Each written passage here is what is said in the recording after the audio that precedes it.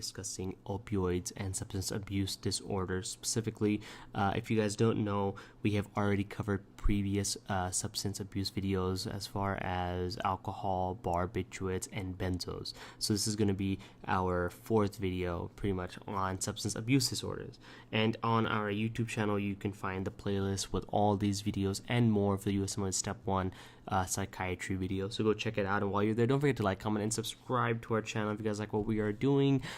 All right, let's get started. Let's talk about opioids. Opioids are a CNS depressant. Okay, this is going to be the last CNS depressant that we're going to be talking about. We talked about alcohol, we talked about benzos and barbiturates already. This is going to be the last one. This is the most common cause of drug overdose in the United States and a very hot button topic because opioid addiction is very high right now. It's very, very common. Now, these substances, opioids, act on opioid receptors to produce morphine-like effects, and they act very similar to endorphins, which are naturally occurring large peptides that activate these opioid receptors. So in these endorphins, you can have endorphins, you can have enkephalins, and dynorphins.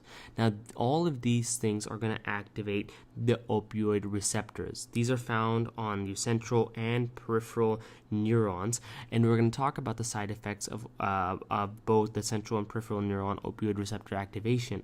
But there are three main types.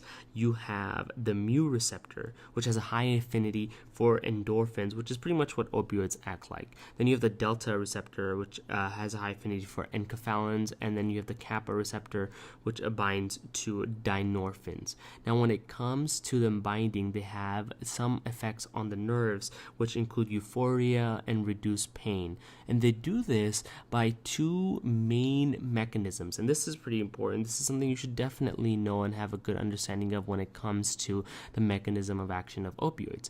Opioids are going to affect the presynaptic nerve by closing the calcium channel. And when they close the calcium channel, they prevent neurotransmitters from being released into the synaptic cleft from the presynaptic nerve. Okay, that's very important. They prevent neurotransmitter release. And then on the postsynaptic nerve, they open potassium channels to hyperpolarize the actual nerve, making it harder to produce a signal transduction. Okay, that's very important. It makes it harder for a nerve to fire.